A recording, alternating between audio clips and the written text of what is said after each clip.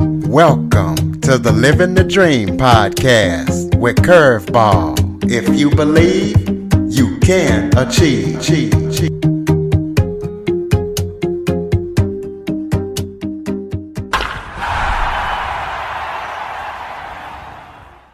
Welcome to the Living the Dream with Curveball podcast, a show where I interview guests that teach, motivate, and inspire. And today we're going to talk about reducing stress as I am joined by international energetic best-selling author Phil Barth. In 2015, Phil suffered a heart attack and his doctor told him that he needed to change his diet, exercise, and lower his stress level. Phil has written a book and he has published a daily list that we're going to be talking about. Phil was also in 2003 on Who Wants to Be a Millionaire? So we're going to be talking to him about that as well. So thank you so much for joining me today, Phil. Thank you for having me. I'm excited to talk to you. Why don't you start off by telling everybody a little bit about yourself? Okay, so let's start with the worst one first. 2015, I suffered a heart attack, and I was a little surprised because I didn't think people that young were supposed to have a heart attack. But I had actually a couple months before talked to a friend of mine about the same age, and he was telling me about his heart attack. And neither one of us were, in ultra marathoner shape or anything, but we were both in okay shape, and neither of us were smokers and so on. But he kind of set me up, right? In that he told me all the symptoms. So when I had the heart attack, it wasn't a complete shock. All right. What happened next was the doctor said, you need to manage your stress. Stress causes a lot of problems. And I just, talking with you, looking at you, you're not managing your stress. And I didn't think, I thought heart attacks were just reserved for people who had bad diets, poor exercise, et cetera. But it turns out that I learned a lot about stress in that time frame. And that's what caused my heart attack. So after that, I had the recovery period, and then about, 6 months later, my wife and son and I took a day and we went to the zoo. She said, you need to take some time off because you promised the doctor you would. And I did it in front of my wife, so I knew I had to follow through. But she said, we're going to go to the zoo today and the art museum tomorrow, take a little time off. So at the end of the day, I got on Facebook and I said, here were the great things that happened today. And I listed all the cool things we saw at the zoo, baby cheetahs and gorillas and so on. And I felt better. So the next day we went to the art museum and I tried the same thing. I got a bunch of likes on Facebook, and everybody wants to get likes on Facebook. And so I did, and I published it again. And as I kept doing this, I noticed that I kept finding more great things that were happening in my life, and finding those things and appreciating them was lowering my stress. And so I decided to see how long I could keep going. And that was 2015, and I'm still going. And so, I know your podcast is called Living the Dream. And I think part of living the dream is just realizing how many good things you got going around you. And so when I did that, it lowered my stress and it made my life better. And I realized, I am living the dream. And from there, my stress has gotten better and my heart has gotten healthier, and I've just been feeling better. Well, what kind of things that were stressing you out do you think that contributed to your health issues? Like what kind of stress were you facing? Was it work related or? Yeah, it was mostly work related. I'm doing the math in my head. I think we still had a teenager or two in the house at 2015, and that you can get stressed about that. Most of it was work related, but the truth of the matter is most of it was stress I was putting back on myself. Right? Yeah, the stress isn't in what happens to you. It's in how you react to what happens to you. So I was thinking I could solve all the world's problem. I was taking everything on myself, never saying no to things that I shouldn't be doing, and then beating up myself when I couldn't get everything done after overcommitting myself. So, taking a lot of things too seriously, overloading my plate, all of those things. And the other thing I was doing was, you look at things that are outside of your control, but you still worry about them, you still stress out about them, and you still, you got to ask yourself, if something bad is happening in the world, in life, whatever, do I have any control over it? I can control how I react to it, but do I really have any control to change things? Because if I don't, I need to focus my effort elsewhere, right? Absolutely right. So let's talk about your daily routine. What kind of daily routine do you do to get into a low stress mind frame? Okay, so every morning when I get up, I started getting up a little earlier and taking some time for myself. And what I call it the ABCD of stress management. So A stands for some affirmations. Uh, I am going to take a genuine interest in people today. I am going to make someone laugh today. I have different affirmations just that pop up. And so I can, it's not repeating the same mantra every day, but it's different things. So that's A, that's affirmations. B is I like to read a book because I know if I don't read something first thing in the morning, I probably won't get to it the rest of the day. I read the Bible first thing in the morning. If you read the Bible, that's fine. If you want to read something else, that's fine too. But just read something that will inspire you, uplift you, put you in the right mindset. So that's B. C is a cup of coffee. Um, my my doctor told me I could have 1 to 2 cups of coffee a day. This was my cardiologist after the heart attack. And so when you can only have one or two, you make sure you enjoy that 1 or 2 cups of coffee a day.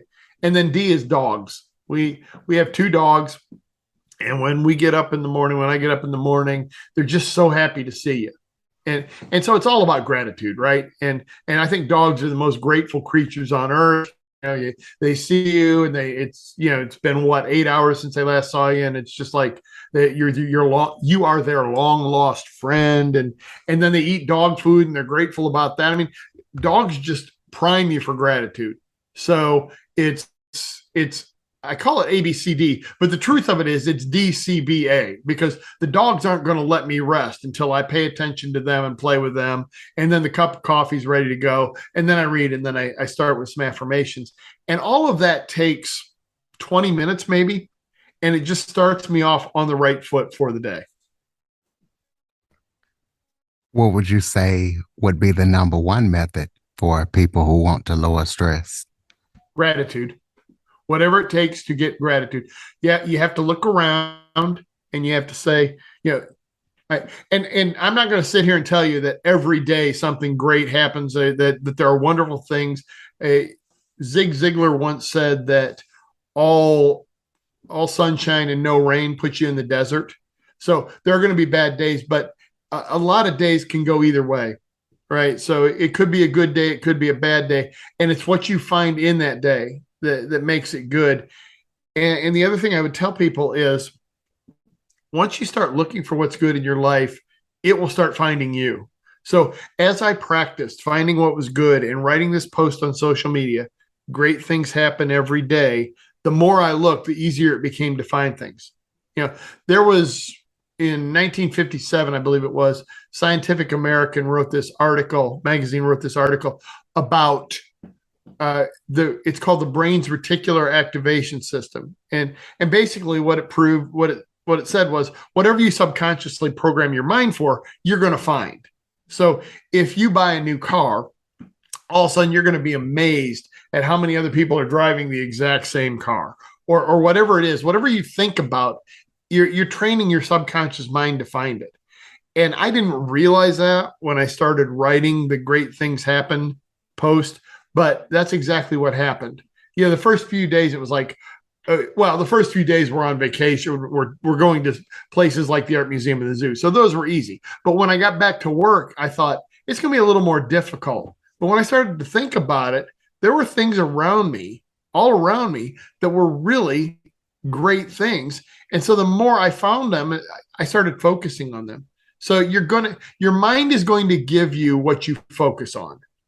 And so why not focus on what's good in life? Well, is there a certain kind of music that you recommend? I know you recommended the Bible as your favorite book to read, but what about music? Is there a certain Yeah. type of music person can listen to lower stress? So it's whatever you like. And again, with the Bible, that works for me. That may not work for the listeners. It may be a completely different book. And for me, I love all kinds of music. So yeah, if you look at my Apple playlist, it runs the gauntlet. Um, I definitely recommend music, and if it's music from your childhood that's tied to a happy memory, that's the best. And I'll give you an example. In 2019, my dad passed away. He'd been ill for a very long time, and he passed away in 2019. And so we had the funeral, and the next day I had to get up first thing in the morning. So funeral, come home, go to bed. Next day, first thing in the morning to catch a flight all the way to Canada. So it was 3 flights to northwestern part of Canada.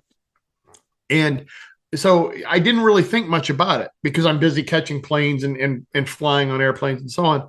Well, the next morning, I'm in the Pacific time zone. So I wake up about 4 in the morning, and I started thinking, oh man, now it's really hitting me. I'm missing my dad, and this is kind of stressful, and I know it's 4 in the morning here, but it's 8 in the morning my time, and what am I going to do? And so what I did was I went down to the exercise room in the hotel, and I just got on the treadmill, and I put in my earbuds, and I said, I put on Apple Music, and I put on Waylon Jennings, country and Western music. I'm not a big fan of country and Western music, but by putting on Waylon Jennings, what that did was it took me back to a time when mom and dad and my brother and I were driving to Florida, and dad loved listening to Waylon Jennings.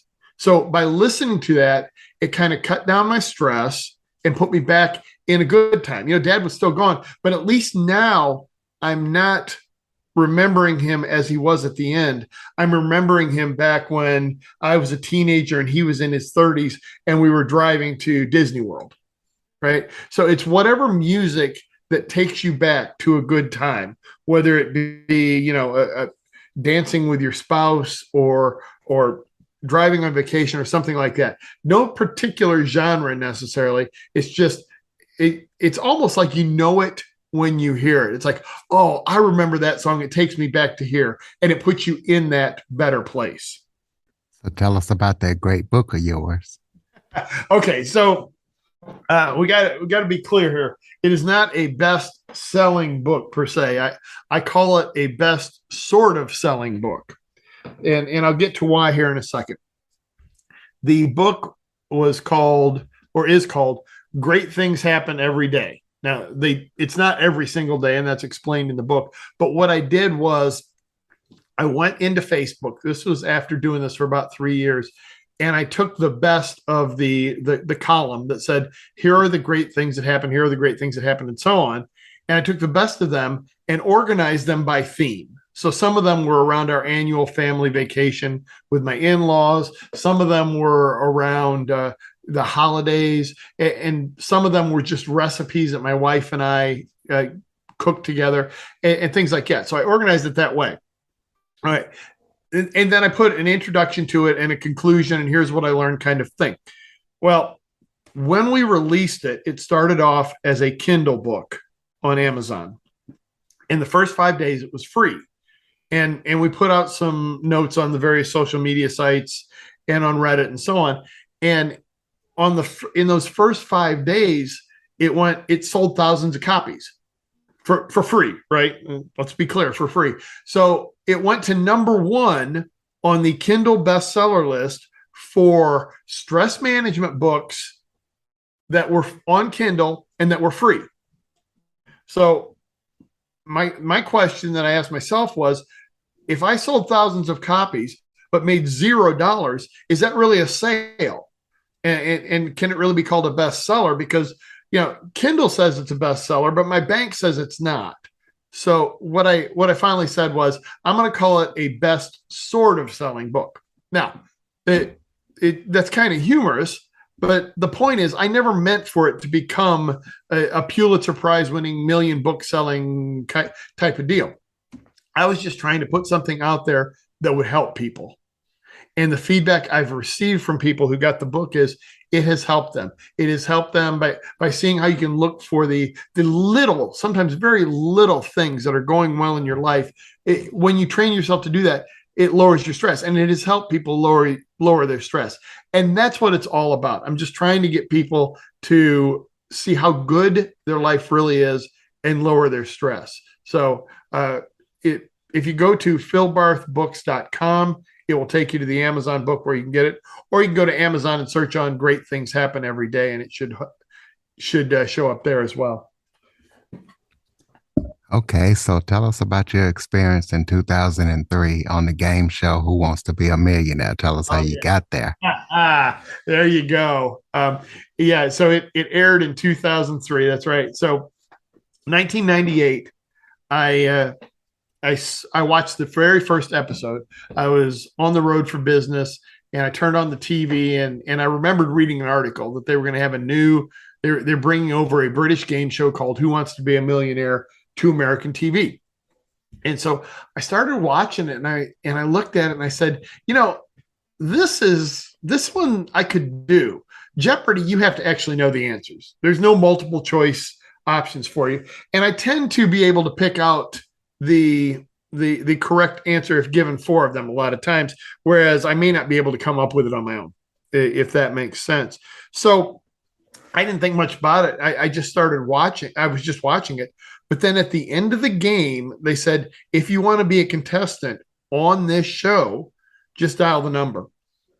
And they had an audition number. And what would happen is you would dial in, and you would have three different questions. And if you got them all right, then they would put you into a pool. And from that pool, they would choose 10 people to be on a future episode of Who Wants to Be a Millionaire. Now, to be clear, that was 10 people out of the 200,000 people that were dialing in every night. So the odds were kind of not in my favor, right? But I kept calling. Every day I kept calling. I kept mentally saying, I'm going to make it. I'm going to make it. Well, I never made it on the phone audition piece. So what I did was I started later. They moved to auditions in various cities. So I auditioned in Chicago, and I failed. And then about a month later, I auditioned in Indianapolis, and I failed. Now, the audition process was they would give you a piece of paper, or I'm sorry, a multiple choice test. And so you would fill out the multiple choice test. And if you got a certain number, you would pass. Well, the questions on the multiple choice test were always taken from prior shows. And I watched every single show. So I could always get the multiple choice right. But then what they would do is they would give you an application form with a bunch of questions on it and a number 2 pencil, and you would write down your answers. And then the producers would interview you based on your answers, and you would either pass or fail. And so I failed twice, and I took some time off and started investigating what are they really looking for when they interview you. And the answer isn't how smart you are, how cute you are, how funny you are, any of that.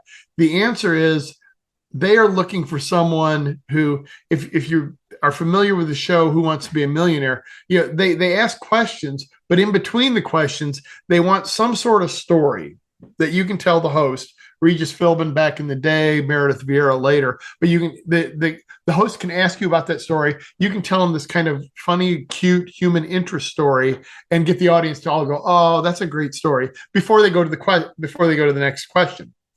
Well, once I got that piece of information, the next thing I learned was, just because they give you a number 2 pencil to fill out the application form doesn't mean that's what you need to use.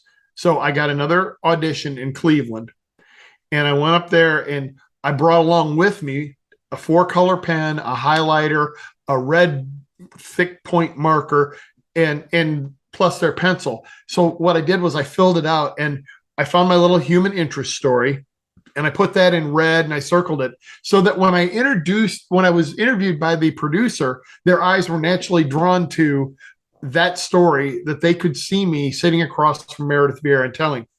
And the story was, when I started watching Who Wants to Be a Millionaire, my son, who was about 5 years old at the time, was watching with me. And if you remember on Millionaire, it's always, here's the next contestant in the hot seat, in the hot seat. And they kept talking about being in the hot seat. Well, my 5-year-old took it very literally. And he said, Daddy, how hot did they make that hot seat? Well, that was the story that got me on the show. And I put that in the way they could find it. And what happened next was I got a card in the mail that said, hey, you are in the contestant pool for Who Wants to Be a Millionaire. So from then until the recording date, I just studied every bit of trivia I could possibly study, because you don't know what they're going to ask you. You just know that you're going to have to come up with an answer. And so did that. And ultimately I won $32,000 because I had that dream. And I lived it. I mean, before I ever got into that hot seat, I was mentally in that studio, in that hot seat, playing that game probably hundreds of times in my head. So, and that's important, because once you get there, you really don't want to get freaked out by it. And it's real money, right? So I felt like when I finally got to sit down in the hot seat across from Meredith Vieira and play the game, it's like I've been here before in my head. Hey, well, congratulations on that. It was, yeah, yeah. Well, when I got there, I was like, no matter what happens here, win, lose, or make a million, this is just an incredible experience. And I thought like that. Now, I will tell you that if I had gone home with $0, I'm not so sure I would be saying that right now. To be fair, the fact that I won some money made it a much better experience. Absolutely. Do you have any current or upcoming projects that you're working on that people need to know about? So I so this is going to sound odd as something I'm excited about, but my next project on November 11th, and it may be in the past by the time this is aired, I don't know, is I'm getting a hip replacement. So, and that sounds odd, but I to be excited about. But in 2007, I was training for a triathlon, and I was riding a bike, and I fell off, and we went through x-rays and therapies and so on, fell off and landed on my left hip. And I didn't think much more about it, but for about 5 years now, I've felt the effects of degenerative arthritis. And so come November 11th, I'm getting a hip replacement, which, like I said, I'm excited about, because everything, number one, it's all outpatient. And so I will be home the very day that they do it. And then you go through the therapy and you're recovered. And everybody I've talked to says you will feel so much better, and you won't be walking with a limp anymore. So any other projects are kind of on hold, but honestly, I am excited about getting the limping and things that I've been through over the last couple of years behind me, and getting back out there to do, to be able to walk, run, whatever I need to do, whatever I want to do. So. Well, that's definitely a unique project. Most people talk about their books, their podcasts, but hey, now we got a hip replacement. Wonder what we're going to have next. Yeah, well, and then there will be a book afterwards, but right now I'm focused on wrapping everything up so that I can do that, heal. It takes about 6 weeks to heal, enjoy the holidays with my family, and I will be writing great things that happened every day throughout, and keep doing that. And then come 2023, I'm planning on being back better than ever. So listeners, if you need a hip replacement, contact Phil. Absolutely. I can tell you all about it. I can recommend a doctor. I can tell you about the recovery. In fact, if you hit me up on the socials, you'll probably see the whole story of what's going on, because if you just heard for the first time a hip replacement, you think, oh my gosh, that's horrible. But having done some investigation, we live in a time, and again, this is why I'm so excited and able to find great things that happen. We live in a time right now where you can go in, not even in the hospital, outpatient, a robot does everything, it's all programmed, and by the end of the day, you're back home. You start the recovery, but it's just amazing when you think about that versus 20, 40, 60 years ago, and what life would have been like. Absolutely. Go ahead and throw out that contact information where All people right. can get in touch with you and learn about those hip replacements. So the first place to go is www.philbarth.com. That will take you to my website. That will link. You can link over to my YouTube channel and my Facebook and LinkedIn. I'm on all of those. If you don't go to the website, it's Phil Barth, Cincinnati, Ohio, for either Facebook or LinkedIn. We'll send you right over there. And I tend to post, where you want to, if you're going to want to find the great things that are happening in life, then that's on Facebook. If you want to hear more about the great things that are happening in business and in my speaking career, that'll be on LinkedIn. Perfect. Close us out with some final thoughts, maybe something that I failed to touch on that you would like to talk about, or just any final thoughts you have for the listeners. So I'm going to tell you, when I saw the name of the podcast, Living the Dream, I thought, I want to talk on this podcast. I want to talk to Curtis's audience, because anybody who's talking about living the dream, we're on the same page, because living in the time that we now live in and in the place that we now live in, we are living the dream. We have won the time lottery and the place lottery. And I know there's a lot of negativity in life, but you need to shut that out and just realize what a great time we live in, and what a great country we live in, and just step outside, see the beauty of everything all around you, enjoy it, and start lowering your stress and living the dream.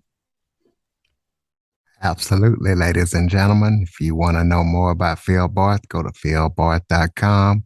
Please be sure to follow, rate, review, share this episode to as many people as possible.